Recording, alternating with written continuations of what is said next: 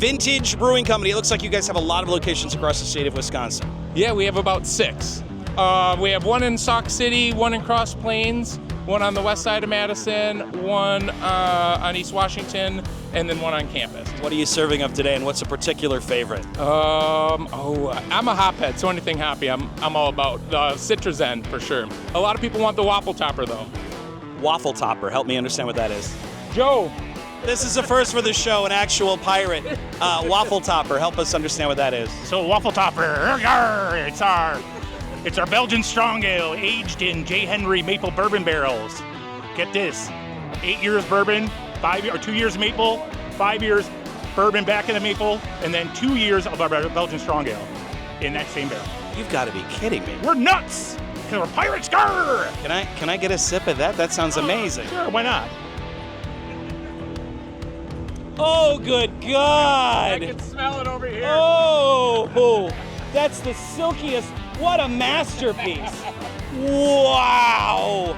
You guys are giving away a beads, by the way. I don't have to take off my top for that, do I?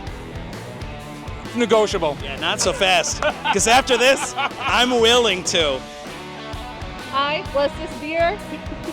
Now by the power vested in me, with the great taste of the Midwest, may you cheers your bride. Woo!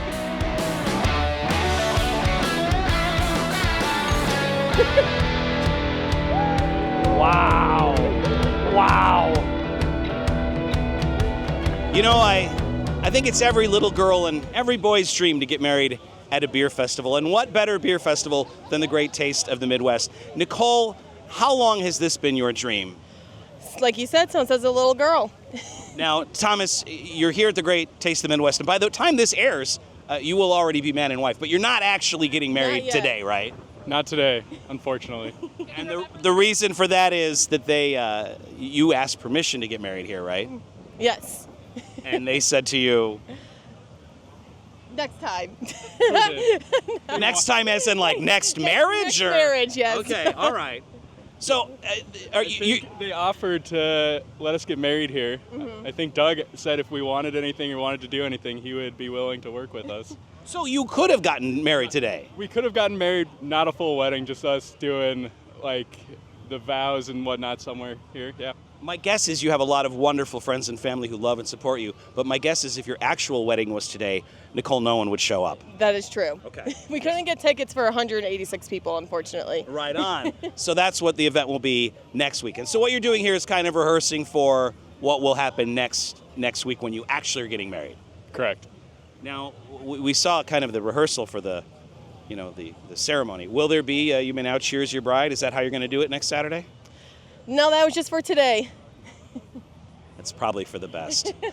You know what, you two kids, as long as you have beer in common, I feel really good about this. I feel good about this union. Many happy years of happiness and toasting and cheers, yes? Cheers to that. Cheers. Yep, cheers.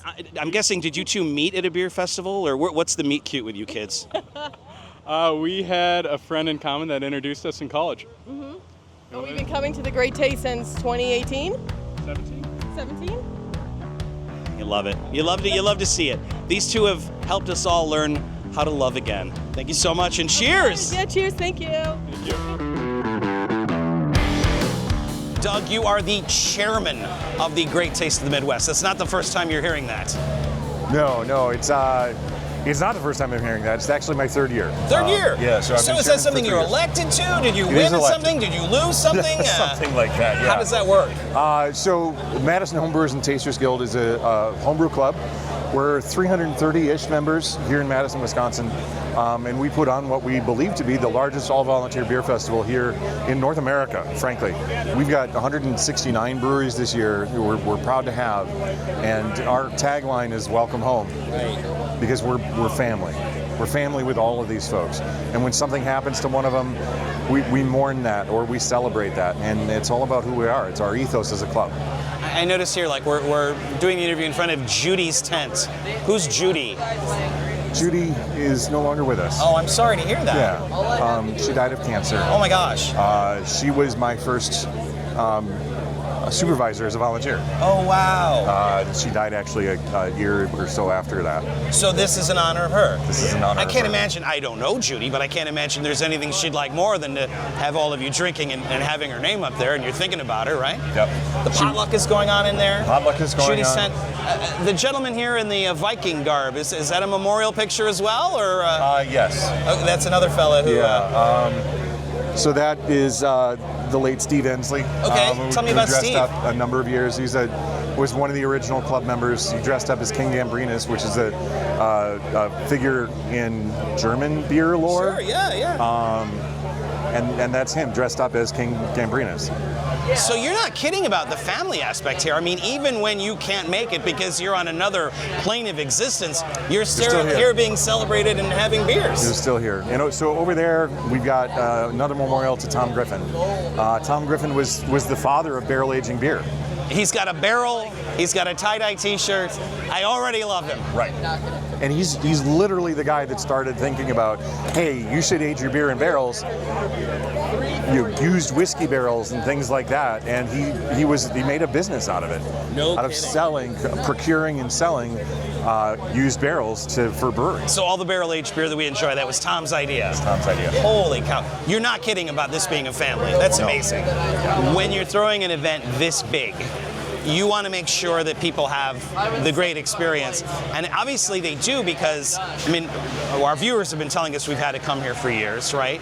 And people will get up and wait in line and sleep in line, and there's like a lottery for tickets, is that right? So to guarantee you get a ticket, you need to be here in Madison, Wisconsin on the first Sunday of May. Okay. The festival is the second Saturday in August. Gotcha. And those are in perpetuity, right? So it's always going to be the first Sunday in May for ticket sales, and always the second Saturday in August for the festival itself. You can mark it on your calendar.